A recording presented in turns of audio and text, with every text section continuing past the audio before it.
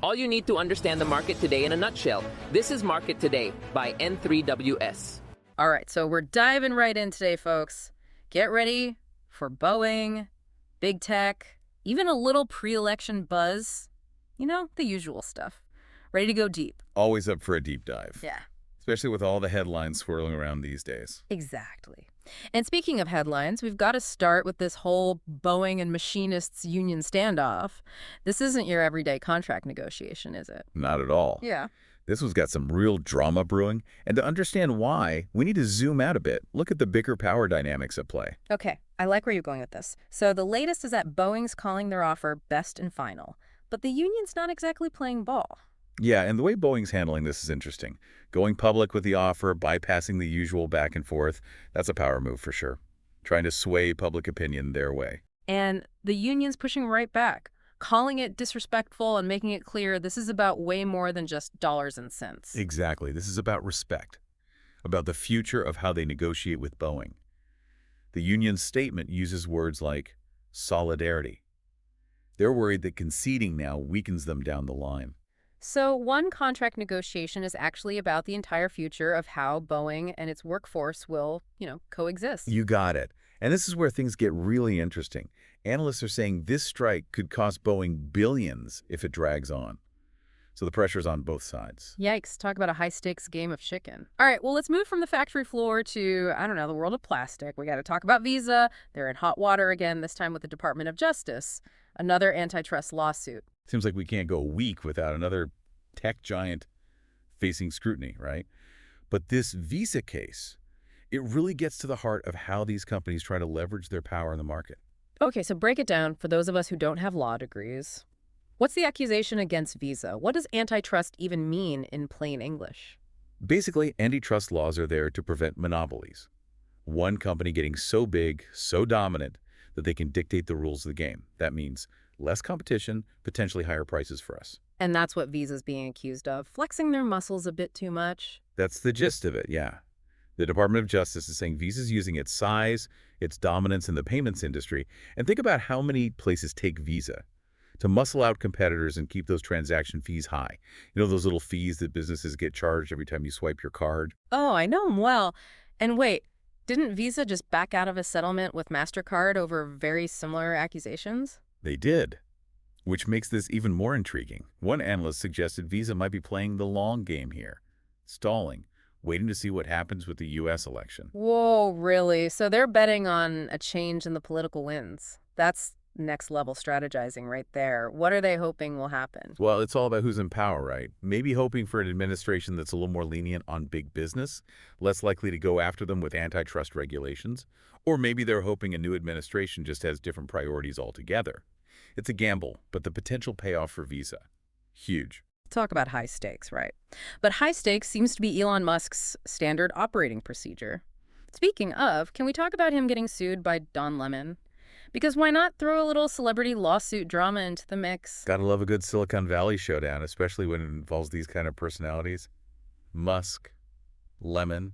It's like watching a real-life soap opera, but with a lot more money on the line. Right. It's all very dramatic. So remind me, what's the heart of this Lemon-Musk saga again? Well, the way Lemon tells it, Musk promised him a big platform partnership, essentially giving Lemon a major voice on X, formerly Twitter.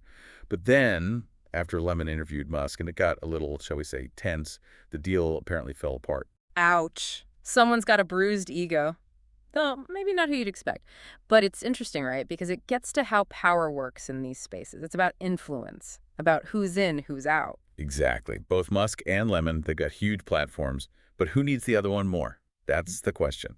And watching that power struggle play out so publicly, it's kind of fascinating, isn't it? Oh, totally. All right, well, enough celebrity drama for one day. Let's get back to, actual tech. Microsoft's been making some big claims about fixing AI's tendency to, make stuff up. Ah, yes, the hallucination problem. It's a big one. And not an easy one to fix either. But they think they've done it. Because that's a game changer if true. Imagine AI that sticks to the facts. What a concept. Right. It's the dream. But the article we looked at, it highlighted some skepticism from experts in the field. This new correction tool Microsoft's pushing, it might create a false sense of security more than anything. Oh, interesting. So more like Slapping a Band-Aid on a bullet wound, making it seem less dangerous than it is.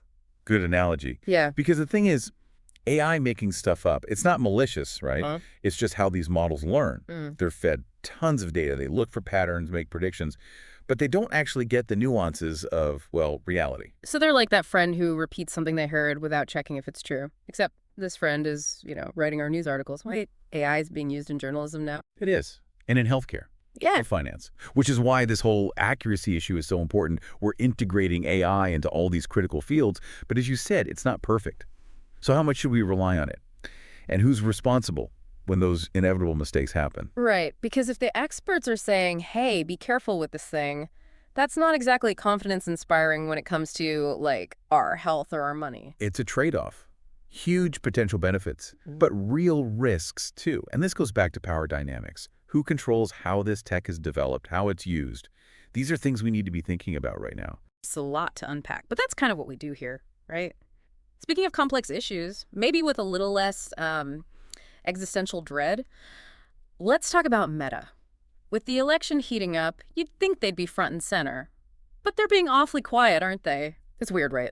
Some tech CEOs are practically begging for the political spotlight. Others are like, nope, not me. I'm just over here with my metaverse and my fencing foils. Yeah, and no one embodies that contrast quite like Meta. Musk is on X, stirring the pot every 5 seconds. Meanwhile, Zuckerberg's all about AI and, well, yeah, you're right, fencing.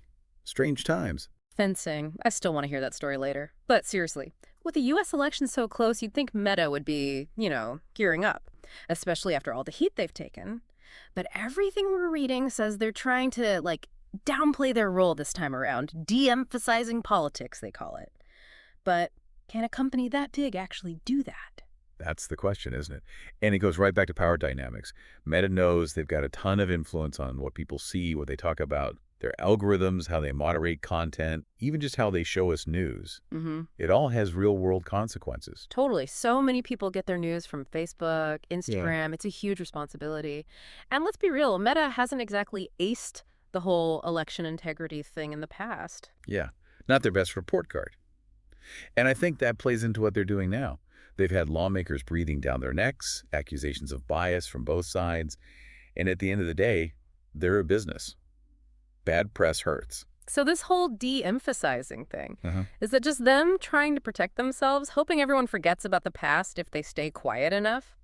It's possible, but you know what they say, actions speak louder, right? Mm-hmm. And Meta's actions are telling a slightly different story. Okay, now I got to know what kind of actions. Give me the details. Well, they've been restructuring internally, like reducing staff on teams that deal with election misinformation, that kind of thing, scaling back efforts to fight fake news, that sort of thing. Wow, so less money, less manpower dedicated to all that. That doesn't sound like de-emphasizing.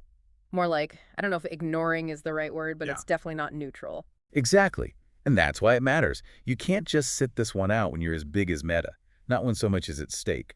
The question isn't if they'll have an impact, it's what kind of impact, intentional or not. It's like they're trying to quietly get out of the driver's seat, but forgetting they're still in, a really powerful car. Good way to put it. Their choices, or lack thereof, have ripple effects. It all comes back to how tech, power, responsibility. It's all tangled up. No kidding. We covered a lot of ground today. Boeing, Visa, Elon Musk versus Don Lemon, Microsoft's AI promises, and now Meta trying to vanish into thin air. It's like a crash course in 21st century power struggles. Makes you realize it's all connected, doesn't it? Tech, finance, politics. Yeah. You got to understand those connections if you want to make sense of, well, anything these days. Exactly. It's about giving ourselves the tools to ask the right questions, see through the noise, and hold these powerful players accountable. That's what the deep dive is all about. Well said. Knowledge is power. Yeah. The more we understand these forces, the better we can shape the future. Couldn't agree more. So to everyone listening, thanks for diving deep with us today.